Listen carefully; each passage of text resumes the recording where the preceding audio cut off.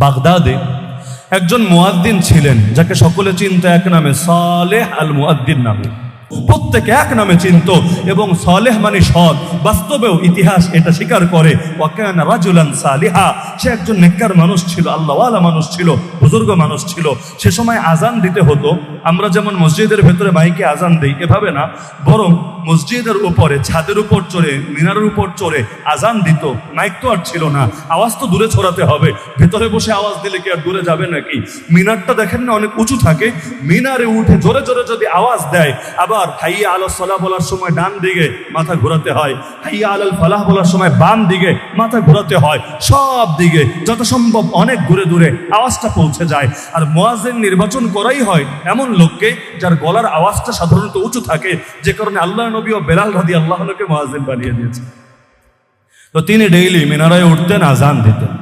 এই জামানে আমরা মসজিদের ভেতর যে আজান দিই, এটা নিয়ে উলামায়ে কেরাম লেখেন, যদিও আগের কারণটা এখন বিদ্যমান নাই, যে এখন ভেতর থেকে দিলে বাইরে শুনবে না এমন না, তবে সালাফে সালেহিনের অনুসরণে উত্তম এটাই, মাইকটাও মসজিদের ভেতরের অংশে না রেখে যত সম্ভব বাইরের অংশে স্থাপন করা। আমরা অনেক মসজিদে দেখেছি মাইক থাকে মুয়াজ্জিন সাহেবের রুমের মধ্যে, তিনি সেখানে বসেই আজান দেন, এবং তার সেই অংশটা মসজিদের অংশ না, মসজিদের সঙ্গে লাগোয়া, মসজিদ থেকে ঢোকা যায়, মসজিদের সঙ্গে লাগোয়া। এতে করে সালাফে সালেহিনের আদর্শ অনুসরণ হয়। মারকাজুদ দাওয়া থেকেও দেখেছি এই ফতোয়াই তারা দিয়েছে। তো যেটা বলছিলাম, তো তিনি ডেইলি মিনারায় উঠে আজান দিতেন। একদিন আজান দিতে উঠেছেন, মসজিদের লাগোয়া ঘরটা ছিল একটা খ্রিস্টানের ঘর। খ্রিস্টানের মেয়েটা ছিল অনেক রূপসী, অপরূপ সুন্দরী। আজান দিতে উঠেছেন, 40 বছর আগে আজানে দিয়েছেন, তার মানে তিনি জুয়ান না বুড়া? বলেন না, জুয়ান না বুড়া? জন্ম দিয়েই তো আজান দেওয়া শুরু করেন নাই। যদি 15 বছরে আজান দেওয়া শুরু করেন, 15 + 40, বয়স মিনিমাম 55 বছর তার, তাহলে বয়স তো একেবারে কম না। কিন্তু ভাই, ওই যে আগে বললাম যে নজর হলো শয়তানের বিষাক্ত তীর, কার ভেতরে লাগবে আর কার ইমানরে বরবাদ করবে আল্লাহ ভালো জানে। জাস্ট একটা নজর পড়েছে নারীটার দিকে। ইমাম ইবনুল জাওজি রাহিমাহুল্লাহ লেখেন, আজান আর দিতে পারে নাই, ভেতরে এমন দুর্বার আকর্ষণ জন্মেছে, নিজেকে আর কন্ট্রোলই করতে পারছিল না, জীবনটাই তার কাছে অনর্থক মনে হচ্ছিল। এই মেয়েকে ছাড়া সে কিছুই ভাবতে পারছিল না, অথচ রিলেশন হয় নাই, কিচ্ছু হয় নাই, জাস্ট এক পলক দেখেছে, এতেই পুরো দিলের হাল চেঞ্জ হয়েছে। সে যে একজন সৎ মানুষ, আল্লাহওয়ালা মানুষ, সবাই তাকে শ্রদ্ধা করে, সম্মান করে, সব ভুলে বসেছে। মিনারা থেকে নেমে এসেছে, বাড়ির দরজায় গিয়ে নক দিয়েছে, কড়া নেড়েছে, মেয়ে দরজা খুলেছে। মেয়ে তো আগ থেকেই চেনে, যদি অন্য ধর্মের লোক, কিন্তু পার্শ্ববর্তী মসজিদে আজান দেয়, কে না চেনবে, মুরব্বী মানুষ, সে সম্মান করছে। বলছে, হুজুর আপনি এখানে, আপনি কি মনে করে, আপনি আসেন, ভেতরে আসেন, বসেন। এখন তিনি ভেতরে গিয়েই সঙ্গে সঙ্গে দরজা লাগিয়ে বললেন, শোনো, দ্বিতীয় কোনো কথা বলবা না, আমি তোমার প্রেমে ফেসে গিয়েছি, এখন আমি তোমার সঙ্গে জৈবিক চাহিদা পূরণ করব, খবরদার বাধা দেওয়ার চেষ্টা করবা না, না হলে আমি জোরপূর্বক তোমার সঙ্গে সম্পর্ক করেই ছাড়ব। মেয়েও ভয় পেয়ে গেল, এবং চেহারা দেখলে তো বোঝাই যায় এটা কি ফান নাকি সিরিয়াস, দুষ্টমি নাকি বাস্তবেই সিরিয়াসলি বলছে, বোঝা যায়। এখন মেয়েও তো একটু ভয় পেয়ে গেছে, বলছে, না না, আপনি একজন মুরব্বী মানুষ হয়ে আমার এই ক্ষতি করতে পারেন না। তিনি বললেন, শোনো, অপশন দুটো, যদি তুমি আমার সঙ্গে সম্পর্ক করতে, বিছানায় যেতে এখন রাজি না হও, আমি তোমাকে জানে মেরে ফেলবো, হয়তো মৃত্যুকে কবুল করো, না হলে বিছানাকে কবুল করো। মেয়ে তো চিন্তায় পড়ে গেছে, এখন ভাবলো কৌশলে বাঁচতে হবে, শক্তিতে সে পারবে না একজন পুরুষের সাথে, সে একজন যুবতী মেয়ে মাত্র। সে বলল, হুজুর তাহলে একটা আবদার রাখেন আমার, আপনি এক ধর্মের লোক, আমি আরেক ধর্মের লোক, এখন যদি আপনি আমার সঙ্গে সম্পর্ক করেন, আমার শুধু চরিত্র যাবে না, আমার তো ধর্মও যাবে, জিনিসটা আমার জন্য সারা জীবন একটা দাগ হয়ে থাকবে। একটা কাজ করেন, আপনি খ্রিস্টান হয়ে যান, আপনার ধর্ম ত্যাগ করেন, তাহলে আমি বাকি সারা জীবন আপনার স্ত্রী হিসাবে কাটিয়ে দিব, আপনাকে আমার বৈধ স্বামী মেনে নেব, তখন একদিন জোরাজোরি করা লাগবে না, সারা জীবন আমাকে আপনার খাদেম হিসাবে পাবেন। সালেহ আল মুয়াদ্দিন 40 বছর যাবত আজান দিল, কিন্তু অন্তর যে কখন কোন দিকে চলে যায়। ইন্নাল কুলুবা বাইনা ইসবাইনি মিন আসাবির রহমান ইউকাল্লিবুহা কাইফা ইয়াশা, হাদিসে আছে, সব অন্তর আল্লাহর 2 আঙ্গুলের মাঝে, আল্লাহ যখন চান যেভাবে চান উল্টে দেন, পরিবর্তন করেন। এ কারণে সবচাইতে দামি দোয়া কি জানেন? নিয়মিত পড়বেন, সকলে পড়বেন, রব্বানা লা তুযিগ কুলুবানা বাদা ইয হাদাইতানা ওয়া হাব লানা মিন লাদুনকা রাহমা ইন্নাকা আনতাল ওয়াহ্হাব। আল্লাহ একবার হেদায়েত দেওয়ার পর অন্তরটাকে আর বাঁকা পথে নিয়েন না। আয় আল্লাহ, একবার হেদায়েত দেওয়ার পর আর গোমরা বানিয়েন না। হ্যাঁ আল্লাহ, রহমত করেন, দয়া করেন। আপনার দয়া ছাড়া হেদায়েতের পথে থাকতে পারবো না। আপনি তো মহান দাতা, আমারে হেদায়েত দেন, আমাকে রহমত দেন।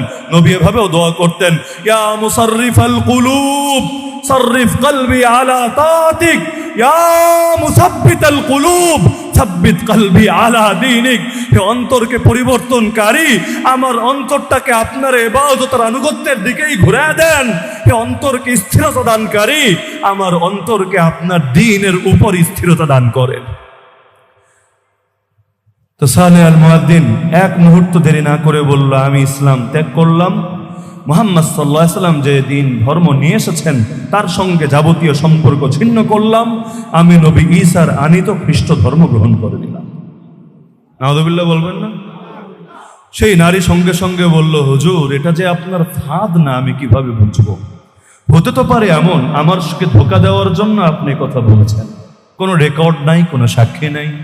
আমার সঙ্গে সম্পর্ক শেষ করে বিছানা থেকে উঠে আবার বলবেন, আশহাদু আল্লা ইলাহা ইল্লাল্লাহ ওয়া আশহাদু আন্না মুহাম্মাদান আবদুহু ওয়া রাসূলুহু। আমি আস্থা কিভাবে রাখবো? বাকি জীবনের প্রশ্ন, বন্ধনের প্রশ্ন। এখন আমি কিভাবে আস্থা রাখবো? আমাকে আপনি এনশিওর করেন। কিভাবে করব? এই যে এখানে শুয়োরের গোশত রাখা আছে, আপনি শুয়োরের গোশত খান। ওদের ঘরে তো শুয়োরের গোশত স্বাভাবিক। আমাদের কাছে গরু যেমন পবিত্র, ওদের কাছে শুয়োরও এমন পবিত্র, শুয়োরের গোশত খায়। তিনি দেরি না করে পাতিল থেকেই নিয়ে শুয়োরের গোশত খাওয়া শুরু করে দিলেন। খেয়ে খেয়ে পেট ভরে বললেন, এবার তো হয়েছে, এবার তো তোর বিশ্বাস হয়েছে। বললো না, আরেকটা জিনিস বাকি রয়ে গেছে। কি সেটা? ঘরে মদ রাখা আছে, মদটাও খেতে হবে। শুয়োরের গোশত খেয়েছেন বুঝলাম, একটা নয়তো ভুল করলেন, আপনি হয়তো সামনে তওবা করে ফেলবেন। আয় আল্লাহ, আমি তওবা করেছি, আমায় ক্ষমা করো শুয়োরের গোশত। কিন্তু মদটাও যদি খান, আমি পুরোপুরি নিশ্চিত হতে পারি বাস্তবে মন থেকেই আপনি খ্রিস্ট ধর্ম গ্রহণ করেছেন। আকপর কিছু না ভেবে এত বড় হুজুর, এত বড় আল্লাহওয়ালা সালেহ আল মুয়াদ্দিন, এক নামে যাকে সকলে চেনে, মদ খেলো, কিন্তু অভ্যাস তো নাই। হঠাৎ মদ খেলে কি হয় সকলেই তো বোঝেন, মাতলামি চলে আসলো, শরীরের উপর কন্ট্রোল রাখতে পারছে না, একবার এদিকে যায়, একবার ওদিকে যায়। মেয়েটারে এবার জোর করে ধরতে গেল, মেয়ে দেরি না করে ভেতরের রুমে ঢুকে সিটকিনি লাগিয়ে দিল। এবার তো দরজা বাইরাচ্ছে, খোল খোল, না হলে আমি ভেঙে ঢুকবো, তোরে কিন্তু জানে মেরে ফেলবো। মাতালের মতো বলে যাচ্ছে আর বলে যাচ্ছে। মেয়ে বলছে, শোনেন, কথা তো আগে দিয়েছি আমি আপনার বউ হব, এখনো কথা আমি উঠাই নাই, কিন্তু বউ হওয়ার জন্য তো বিয়ে হওয়া লাগবে আগে। এখন যদি আমার সঙ্গে এখনই শুয়ে পড়েন, বিয়ে কিভাবে হবে? আমার বাবা বাইরে গিয়েছেন, বাবা আসছেন, একটু পরেই আসবেন তিনি। আপনি আপাতত ছাদে গিয়ে ওয়েট করতে থাকেন, বাবা আসলে আমি বাবাকে সব খুলে বলবো।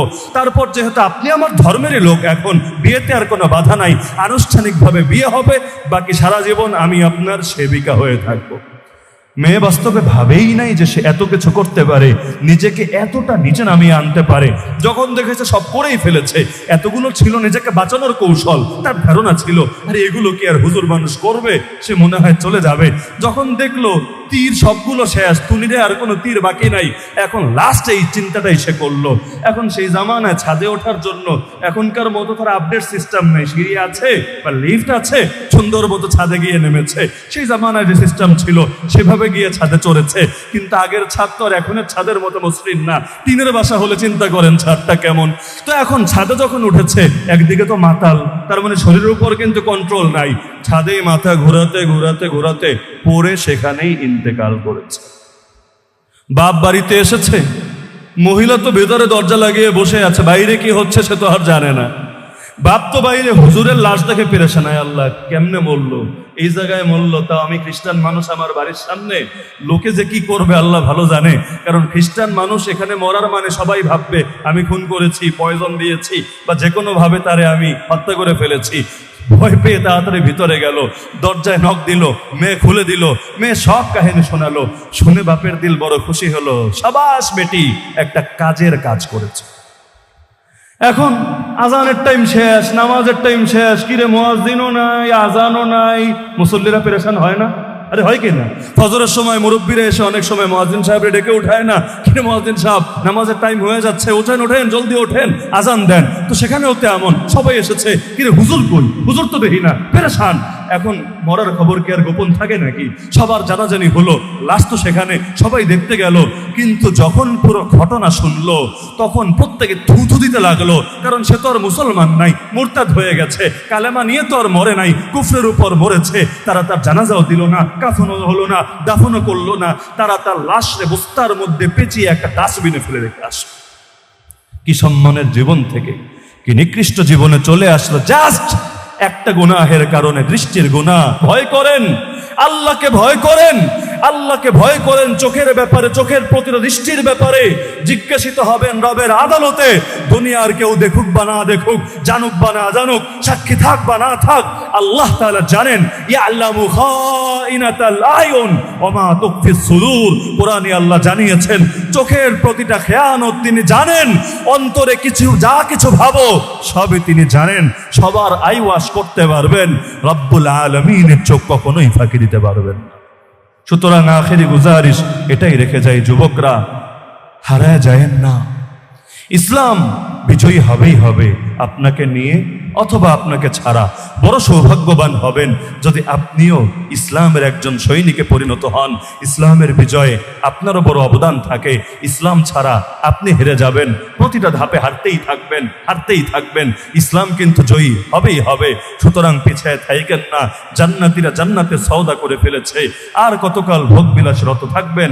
আল্লাহ ডেকে ডেকে বলেছেন, ইয়া আইয়ুহাল ইনসান মা গাররাকা বিরাব্বিকাল কারীম। হে মানুষ, মহানুভব রবের ব্যাপারে কোন জিনিস তোমাকে ধোকায় ফেলে রাখলো? টাকা পয়সা, গাড়ি বাড়ি, নারী, দুনিয়ার স্বপ্ন, internet, online, YouTube, Facebooking, pornography, movie, কোন জিনিস তোমাকে তোমার রবের ব্যাপারে ধোকায় ফেলে রাখলো? ফাফিরু ইলাল্লাহ, আল্লাহর কাছে দৌড়ে আসো, পালিয়ে আসো, ভেগে আসো। সময় বড় কম, কবর প্রতিদিন ডাকছে আপনাকে। যেদিন হারাচ্ছেন আর পাবেন না কখনো, দেরি না করে ফিরে আসেন। আল্লাহ তাআলা আমাদের সবাইকে ইসলামের বিজয়ের কাফেলায় শামিল হওয়ার তৌফিক দান করুন। আজ এই বৃষ্টির মধ্যেও ঘাগটিয়ার এই ময়দানে যেভাবে একত্রিত থাকলাম, জান্নাতুল ফিরদাউসে আমাদের সবাইকে ভাবে একত্রিত হওয়ার তৌফিক দান করুন। আমিন।